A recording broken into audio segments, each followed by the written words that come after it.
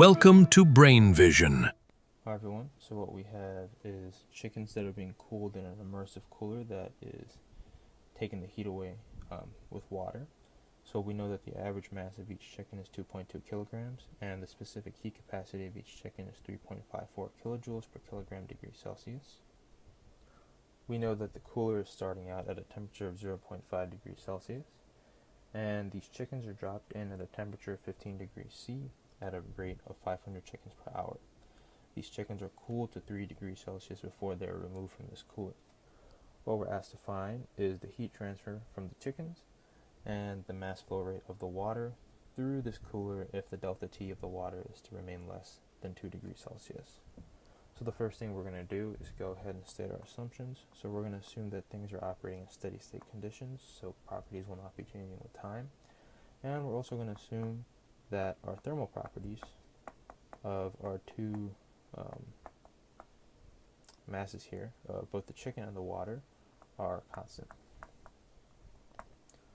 So the next thing we're going to do is go ahead and just write down the equation, the values that are important to us. So we're given that the specific heat of chicken, so let's write that C is 3.54 kilojoules per kilogram degree Celsius, and the specific heat of water is given to us. This can actually just be Cc, and the specific heat of water is given to us, or we know, is 4.8 kilojoules per kilogram degree Celsius. So next we're going to do is solve for the m dot of our chicken. So we know that m dot c is going to be equal to the total number of chickens times the mass of each chicken. So we're given that there are 500 chicken per hour that is placed in the cooler, and each chicken has a mass of 2.2 kg. So this gives us a mass flow rate of 1100 kg per hour, and this is equivalent to saying 0.3056 kilograms per second.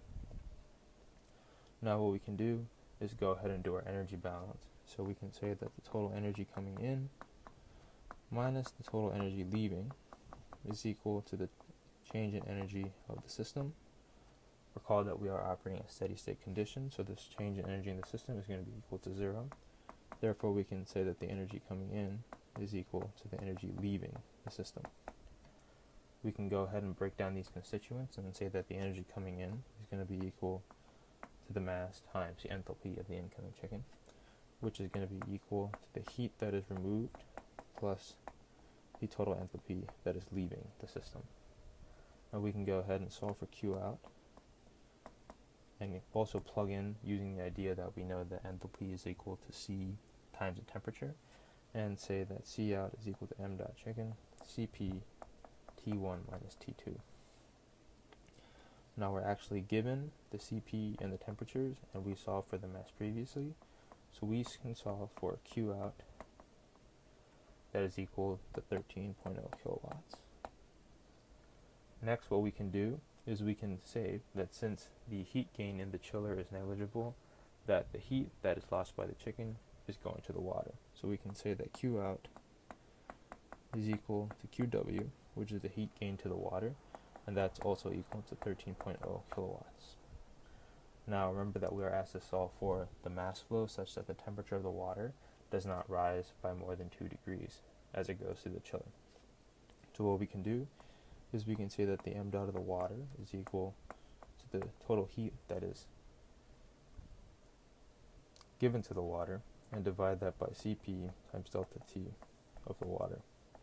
Remember that we're given Cp of the water, and we actually looked that up in the table.